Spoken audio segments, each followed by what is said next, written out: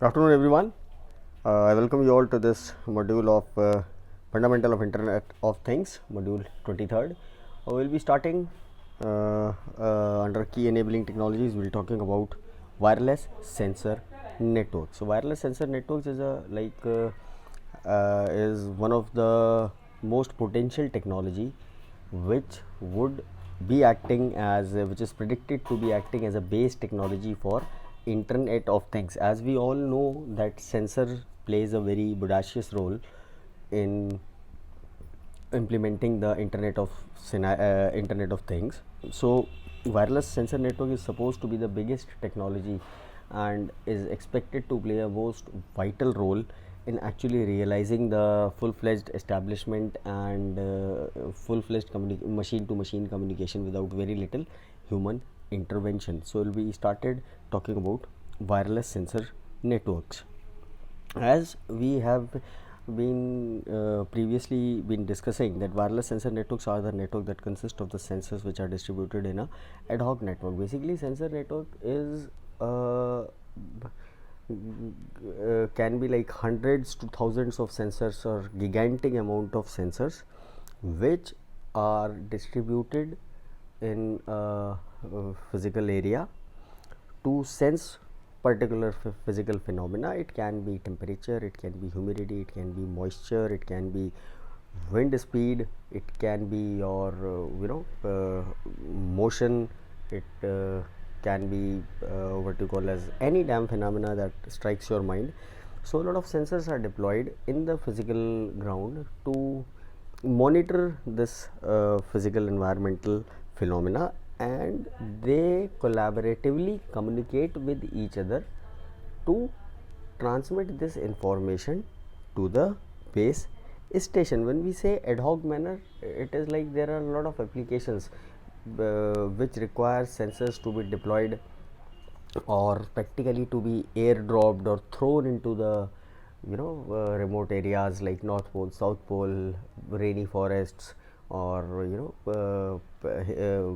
difficult mountain terrains or boundaries of some countries. So they are supposed to self organize themselves. When we say self organize, they should know who their sensors are, they should adjust the what you call as communication protocols, and there are a lot of other things which we will be talking about in this module. Now these sensors which are there to sense the physical phenomena, and then this information gathered is basically transmitted to the base station. Now base station is something you can understand as a gateway.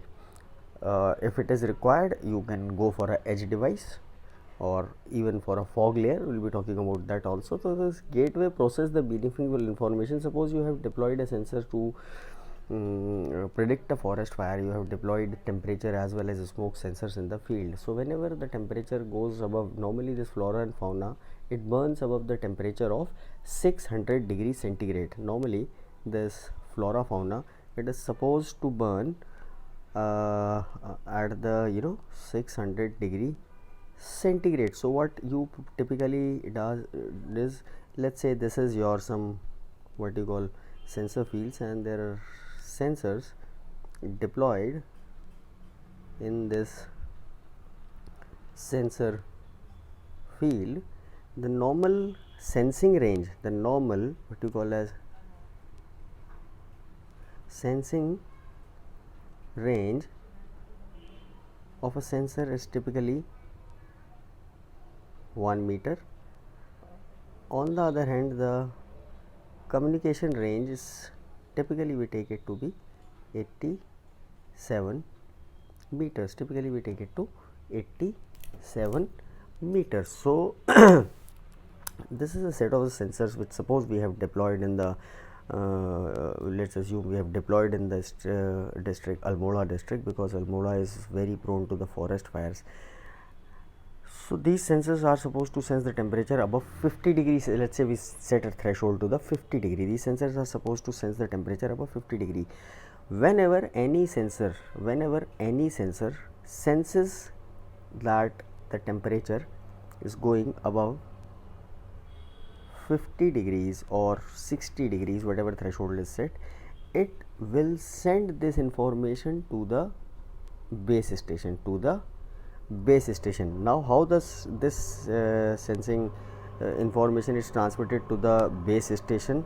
That all will be covered under routing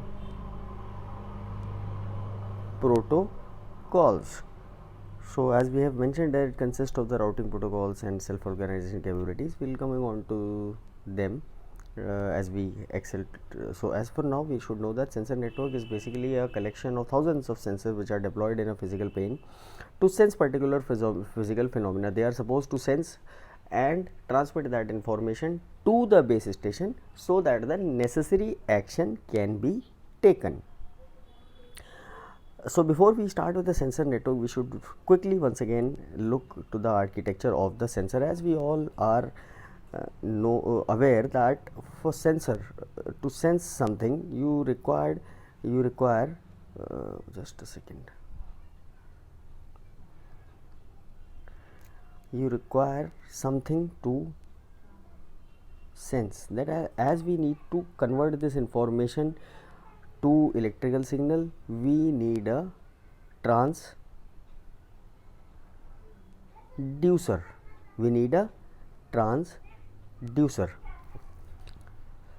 And then this information is to be converted into digital form. So we require analog to digital converters. Then to process this information, we need a small microcontroller that is fixed up here, and then to transmit the information and to receive the information from other sensors, it requires a transceiver. That is nothing but a transmitter plus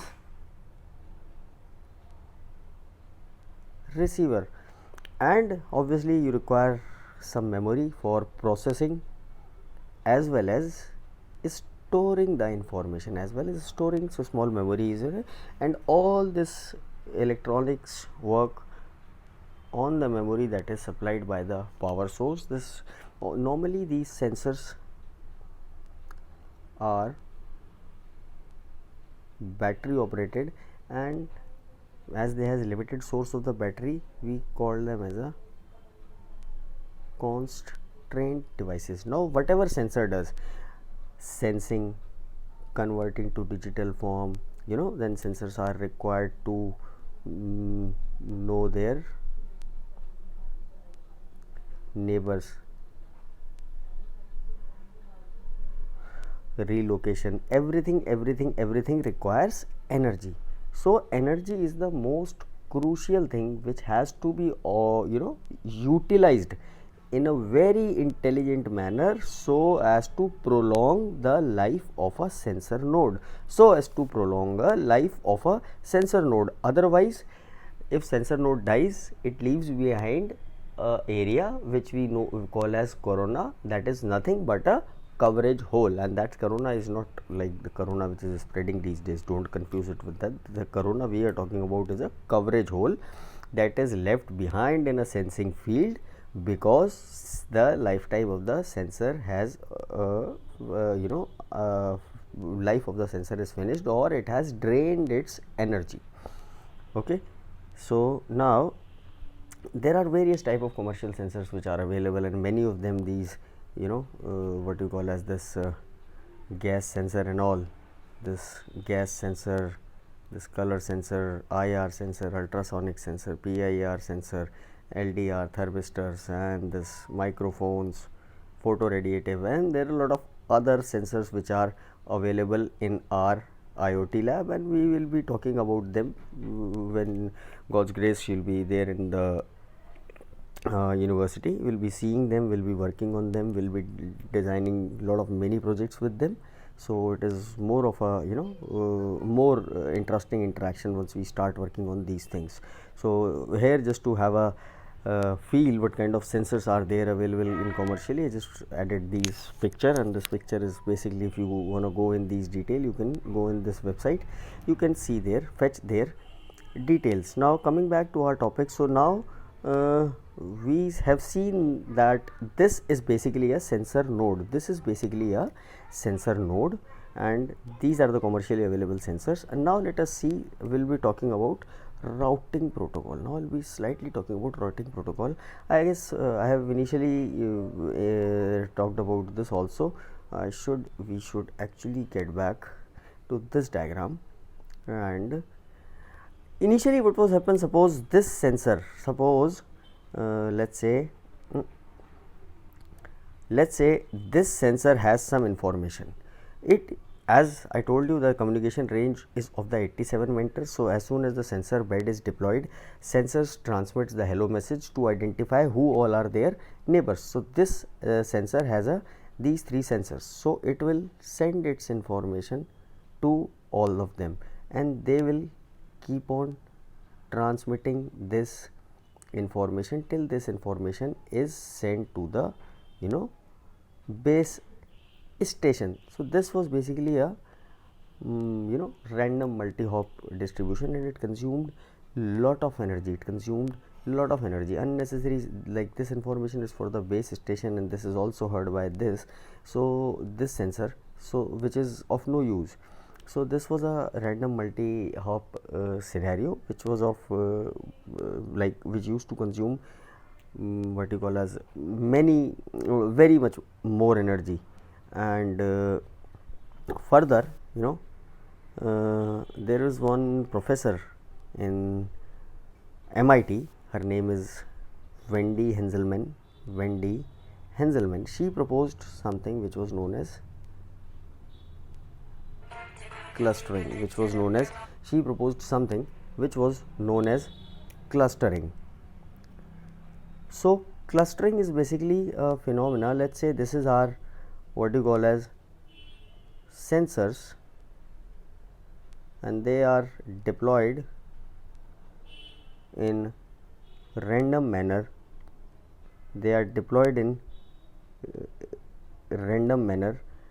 So what normally happens is, they group of sensors, they form a couple of sensors, they form a group. Let's say these particular sensors, they form one group. This particular sensors, they form one group.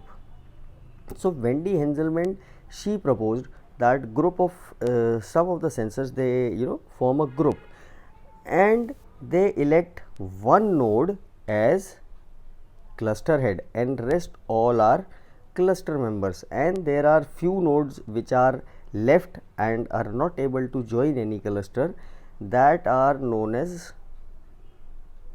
isolated nodes. In this clustering, this cluster head is supposed to transmit information to the base station. In this way, we have two types of nodes here. This is a cluster member, this is a cluster head, and this is a what you call as base station. Now this work was proposed by Wendy Henselman in his protocol. This protocol is known as Leach low energy adaptive clustering hierarchical algorithm, and lot of development have been done time to time. So we'll be talking about them in detail when we talk about routing. But this is basically a basic backbone of how communication these days take place. And if we see entire WSN scenario, then this is a sensor bed where the base sensor nodes are deployed. They sense the information, transmit it to the base station transmits it to the users. In suppose case of this forest fire, base station will transfer this to the office of what you call as firefighters, to the office of nearest firefighters, which are responsible to take care of fire fighters, which are responsible to take care of this particular forest. So this is how actually the brief of how the sensor networks run. The sensor, they sense the information. This sensed information is via clustering or via multi-hop node is transferred to the base station. Base station is basically your gateway. Gateway, it can be Arduino, Node MCU, or for heavy information there you can even go for a edge device. This edge device is responsible to filter the meaningful information and transfer it to the net, and from net it is downloaded on the screen of concerned department or concerned user. Suppose it is, if it is for GIS, which is, it is sent to the GIS office, or if it is something related to defense, if it is related to the defense, then immediate command office would be informed about the trespassing of the boundary if low movement sensors etc has been deployed there. So this is how normally these things work. This is basically example of clustering algorithm, the detail of what you call as leech. So these here, these are the isolated nodes, and this is basically a cluster member, and here we see these are cluster heads. Now you might be thinking, is cluster head is transmitting this information time and again, then it would be the one which will drain its energy first, because the maximum amount of energy is required. Sensors, they drain their energy in accordance with the radio model, which we will be looking slightly a few minutes from now. Radio model. This is not how this one mode is selected as CH for one round. Now one round can be of 5 rounds of information transfer, or depending upon the application. Once this round is over, then these particular group of nodes, they rehold the election process, and some other node, let's say this, depending upon, it can be a number of remaining energy, depending upon remaining energy, or it can be DOC, that is degree of connectivity with the sink, or there can be n number of parameters, and this is the topic of basically research, and it is being continuously worked upon. Depending upon remaining energy or degree conductivity or other parameters, they re-elect the cluster head, so that one node is not always used as cluster head and drain its energy. Although it's if it is a heterogeneous scenario, it's altogether a different thing. It will be let's talk about heterogeneous scenario. There are two types of scenarios. One is homogeneous, and another is heterogeneous. So in homogeneous scenario, all the sensors, they have the, in homogeneous, all the sensors, they have same initial energy, let's say 1 joule. Whether in heterogeneous, it is assumed that there are, we place 10% nodes with higher energy. Let's say the higher energy node is of 3 joules. So these higher energy nodes are designated as permanent cluster heads, because they have the higher energy and they owe the responsibility of transmitting the crucial information to the base station. So basically wireless sensor network can be homogeneous, where all the nodes have same initial energy, and can be heterogeneous, where nodes have different energy levels. And this heterogeneous scenario is of most importance to us, because IoT is basically a heterogeneous scenario. Your mobile phone is having a different Webley level, it is an entity in IoT, and the laptop itself or iPad itself is a entity in IoT, and they all have the different power levels. So IoT is very much a heterogeneous scenario. A lot of work in this direction is also being done. So now we should slightly look at the characteristics of wireless sensor network. Now as we have seen that these sensors are battery operated, so obviously they have low power, they are low power, and this is the biggest constraint which come in front of a designer while designing a sensor network. And as they are of a small size, some sensors are as small as size of a coin. They have very less memory, and they have very less processing capabilities also. So this is the one of the main characteristics, that whenever wireless sensor network has to be designed, these thing are to be taken care of, that sensors are of low power, limited memory, low processing capacity.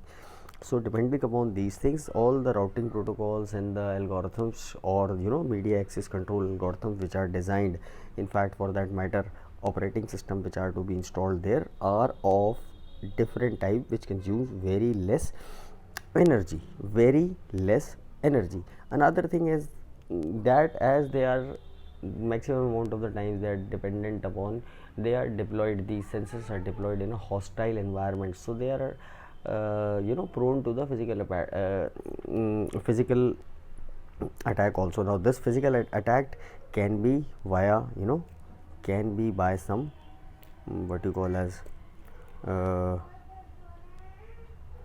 animal which may physically damage this, or the sensor in a north pole, or what you call as very extreme condition can be damaged due to extreme environmental hazards.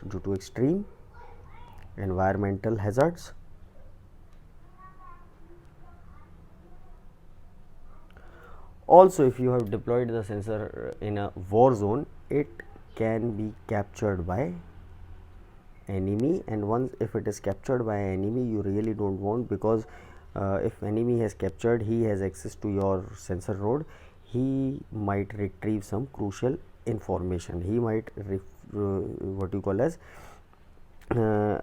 retrieve some crucial information. This last point is also very important. Now as they are deployed in a ad hoc manner, they has to be self organising and self configuring. Now self organising के बारे में तो हमने बात करी थी. Suppose we have deployed these sensors, let's say we have deployed these sensors in the random field, and so these sensors, in order to form a cluster, they should know who all are their immediate neighbors. Like for this sensor, if we talk about, these are who are their 2 hop neighbors. These all sensors are its 2 hop neighbors. So for this they transmit a hello message. Whoever nodes receive the hello message, normally what happens is, any node, they transmit a hello message. So this node transfers the hello message, is heard by this, or let's say also this message. They will revert back to its hello message, and whoever nodes responds to the hello message, this node comes to know, okay, I have a 4 members. Now जिसने जो भी hello message transmit किया, communicating range हम लोगों ने बात करी थी कि वो होती है 87 मीटर्स. कम्युनिकेटिंग रेंज होती है 87 मीटर्स. तो आगे 87 मीटर से जो दूर होंगे सेंसर्स, उनको तो ऑब्वियसली ये हेलो मैसेज जाएगा ही नहीं, तो they won't revert. So this way this sensor sends the hello message, and it comes to know who all are their immediate neighbors. This is how they form cluster. They adjust themselves, that how will, suppose this is the base station in center of the sensing field, then they automatically decide that how will they transmit through the information to the base station. This is something which is known as self organized. Now another thing is that self healing. Now self healing is something during, after let's say 1500 rounds of communication, this sensor, suppose this particular sensor, this sensor, they drain their energy, and their energy level becomes 0. So they leave behind a communication gap, a coverage hole. So now all these sensors which sensors? For this sensor, this sensor, this sensor, this sensor, this sensor should know that this particular sensor is now no more. So they have to readjust their cluster and they have to readjust the strategy by which they will be transmitting their information to the base station. Same goes with the this cluster. So this is something which is called as self healing, or due to physical attack after 2 rounds only some sensor become dead. So how it automatically adjusts itself is known as self healing. So this is a very important characteristics of a wireless sensor network. Now this is a energy model. I was talking about the sensor model. This is a transmitter and this is a transmitter and this particular thing is a transmitter and this is particularly a receiver, and these are fixed inside a sensor node only. Now suppose, now let us assuming that this transmitter is of sensor 1 and this transmitter is of sensor 2. This is transmitting the information and this is transmitting to sensor 2 is receiving the information. Both are placed at the distance of d. Then this energy spent in transmitting data of L bits, energy spent in transmitting data of L bits, 10 bits, 20 bits, 50 bits to a distance d, energy consumed by the transmitter is equals to energy spent in the electronic circuit. Now what is the electronic circuit? We will have to come back and see. आगे चले गए पीछे जाने के बजाय, चलो never mind. Now we said that energy spent in the electronics into L bits. It was E electronics into L, where L is the size of a packet. So what is the electronics energy? Energy spent in sensing the information, energy spent in converting that information, energy spent in by the microcontroller to process that information and convert into transmittable form. So this all energies is formed by E elec. This plus E amp into L into D square, distance का square, is the energy spent by the receiver, by the transmitter. Transmitter में amplifier जितनी energy spend करेगा उस signal को amplify करने के लिए, multiplied by L and multiplied by distance का square. This EM is spent by this transmitter and rest is electronics to sense that information. This is what we call as a radio model. This is what we call as radio model. Now this is D square, this is D square. If this D is equals to 0, normally we take it as a D square only. So this particular thing is a design aspect. We will be talking about it when you come to the senior classes. So this is basically the D square which we will be considering. So for us, this EE into L plus E amp into L into D square would be the final equation. I guess that should be all for this module. We will be